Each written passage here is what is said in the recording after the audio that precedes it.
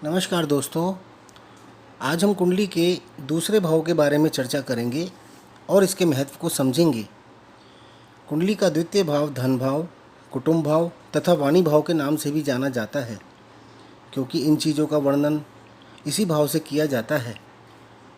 और इन विषयों के बारे में जानकारी के लिए कि वह कैसा रहेगा, हमें भाव, भावेश तथा कारक का अध्ययन करना होता है। इस भाव के कारक ग्रह बृहस्पति हैं, इसलिए उनकी हमें स्थिति भी अवश्य देखनी होती है।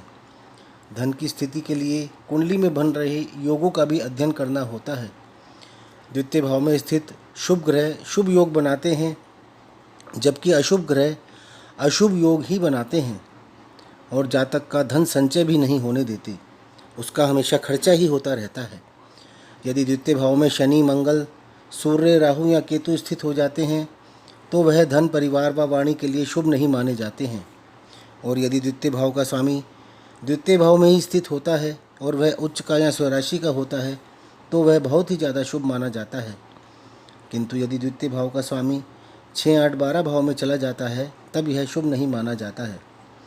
और यदि द्वितीयेश शुभ ग्रहों से दृष्ट होता है या लगन व लग्नेश से केंद्र अथवा त्रिकोण में होता है या स्वग्रही या उच्च का होता है तो भी यह जातक के लिए धन की अच्छी स्थिति मानी जाती है।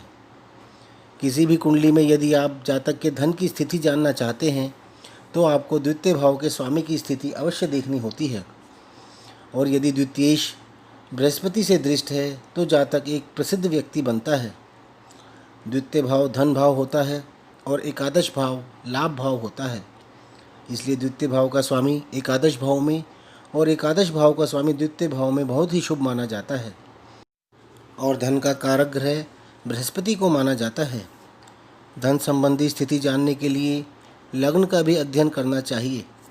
लग्न व लग्नेश की स्थिति मजबूत होना भी बहुत आवश्यक होता है और लग्न के अलग अलग भावों में स्थिति जातक के धन को कमाने संबंधी कार्य व दिशा व उसके सफलता के चांसेस के बारे में भी बताती है।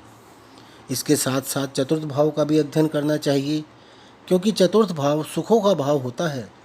यदि जातक की कुंडली में सुख है तभी उसे धन की प्राप्ति होगी। चतुर्थ भाव सुख के साथ साथ मकान, वाहन व अन्य सुखों की वस्तुओं का भी भाव होता है, जिसकी प्राप्ति धन के बिना संभव नहीं है। चतुर्थ भाव मजबूत होगा तभी जातक को धन की प्राप्ति होगी और तभी सारे सुखों की भी प्राप्ति होगी। इसके अलावा द्वादश भाव का भी अध्ययन अवश्य करना चाहिए, जो कि जातक द्वारा किए गए खर्चों को दर्शाता है, क्योंकि जातक खर्चा तभी करेगा जब उसके पास धन होगा। द्वादश भाव यह दर्शाता है कि वह खर्चा किस प्रकार करेगा और करेगा या नहीं करेगा, अर्थात कंजूस तो नहीं होगा। पीड़ित द्वादश भाव जातक को क्रूर भी बनाता है। इसके अलावा कुछ योग हैं जो जातक को बहुत अमीर बनाते हैं, जैसे यदि चंद्रमा, बृहस्पति, शुक्र एवं बुध में से कोई भी ग्रह द्वितीय भाव में उच्च का होगा तो जातक बहुत अधिक धन संपत्ति वाला होता है। इसके अलावा यदि सिंह राशि का सूर्य लग्न में मंगल एवं बृहस्पति से युक्त अथवा दृष्ट होगा तब भी जातक धन संपत्ति वाला होगा। इसके अलावा छठे भाव का स्वामी और 11वें भाव के स्वामी की युति 11वें भाव में ही हो जाती है तो वह जातक को जुआ व लॉटरी से धन प्राप्ति करवाती है। यदि युति द्वितीय भाव में होती है तो जातक का जुए व लॉटरी में काफ़ी नुकसान भी हो सकता है। लग्नेश व धनेश का आपसी संबंध भी धन योग का निर्माण करवाता है। लग्नेश व चतुर्थेश का राशि परिवर्तन संबंध भी जातक को बहुत धनवान व्यक्ति बनाता है। इसके अलावा पंचमेश व नवमेश अपने अपने भावों में होते हैं तो भी यह एक धन योग होता है। या बृहस्पति की युति द्वितीयेश एवं बुध से हो या द्वितीयेश एवं एकादशेश की युति पंचमेश एवं नवमेश से होती है तो भी धन योग होता है। इसके अलावा लग्नेश, द्वितीयेश और एकादशेश बली हो या एकादशेश केंद्र या त्रिकोण में शुभ स्थिति में हो तो भी जातक को बहुत सारा धन प्राप्त होता है। एकादश भाव में स्थित बली एकादशेश भी जातक को अत्यधिक धन देता है।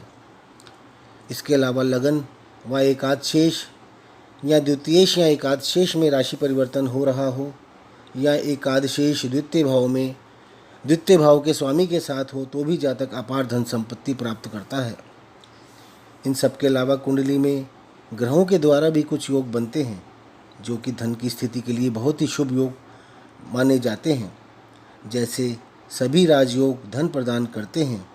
इसके अलावा पंच महापुरुष योग, लग्नादि योग व चंद्रादि योग, गजकेसरी योग, सुनफा अनफा, दुरुधरा, शुभवेशी व शुभवासी योग भी जातक की धन की स्थिति के लिए बहुत ही ज़्यादा शुभ माने जाते हैं। तो दोस्तों, इस प्रकार से आप द्वितीय भाव के स्थिति को देखकर तथा द्वितीयेश की स्थिति को देखकर और उन पर पड़ रही दृष्टि व युति को देखकर जातक के धन की स्थिति का पता लगा सकते हैं। इसके साथ साथ आप बृहस्पति की स्थिति को भी देख सकते हैं। तो दोस्तों, ये था आपकी कुंडली में द्वितीय भाव का महत्व तथा धन प्राप्ति के योग। आपको यदि ये वीडियो पसंद आया हो तो इसे लाइक ज़रूर करें तथा इस चैनल को सब्सक्राइब भी करें। धन्यवाद।